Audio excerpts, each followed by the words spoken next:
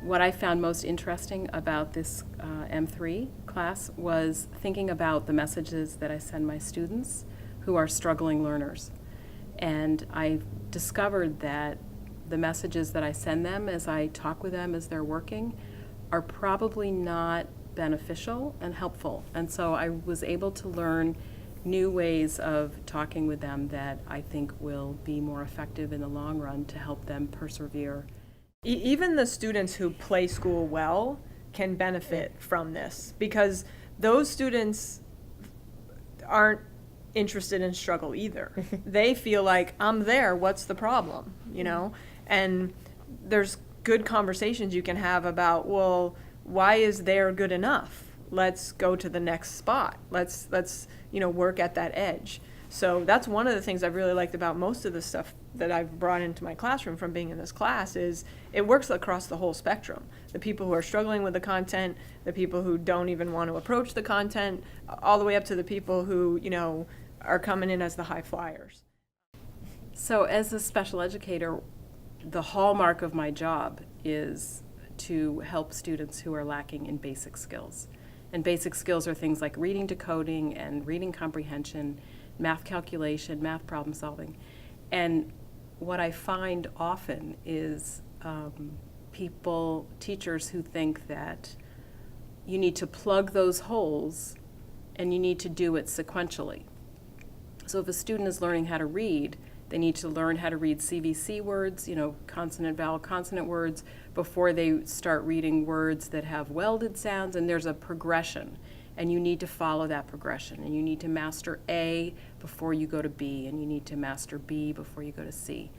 And so this Make It Stick again was transformational learning for me, because I had a struggling reader who was not mastering A and not mastering B. And I got to the point last year where I just said, I cannot wait for him to master CVC because we are going to be here forever. So finally, through the Make It Stick, I sort of had permission to plow ahead and to try the next thing.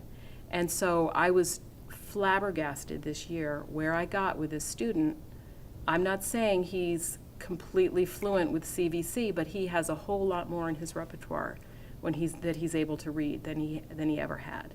So that I circle back around and he revisits prior content that had been delivered, and as he's struggling to remember it, the learning is being solidified. But we're still moving ahead, we're still moving forward. So that was really, really transformational for me in my practice this year.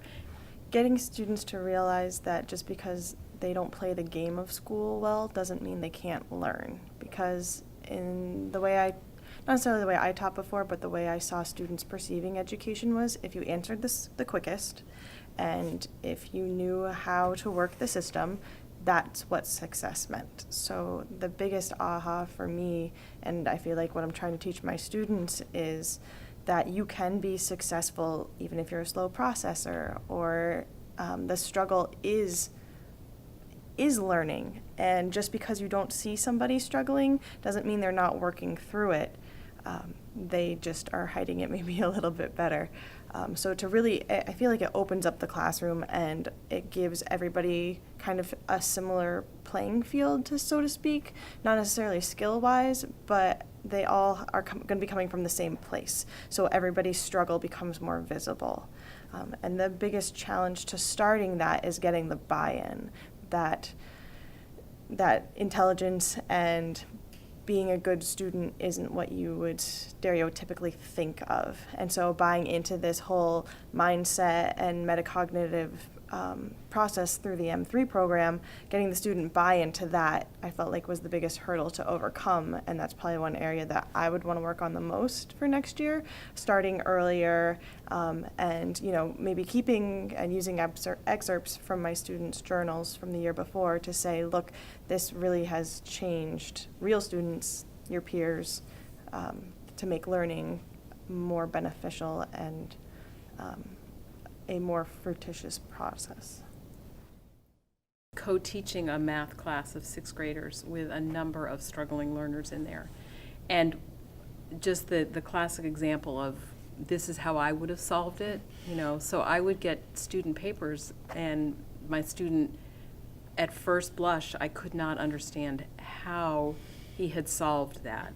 And so last year I would have said, this isn't right, or this doesn't make any sense, or something.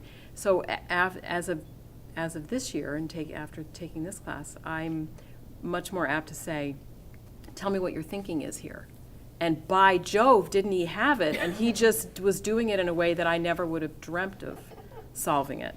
But he was able to explain his thinking, and, you know, so it's just wonderful to, and then the light bulb goes on for him, because he is a struggling learner who has now just solved a problem in a way that I hadn't thought of.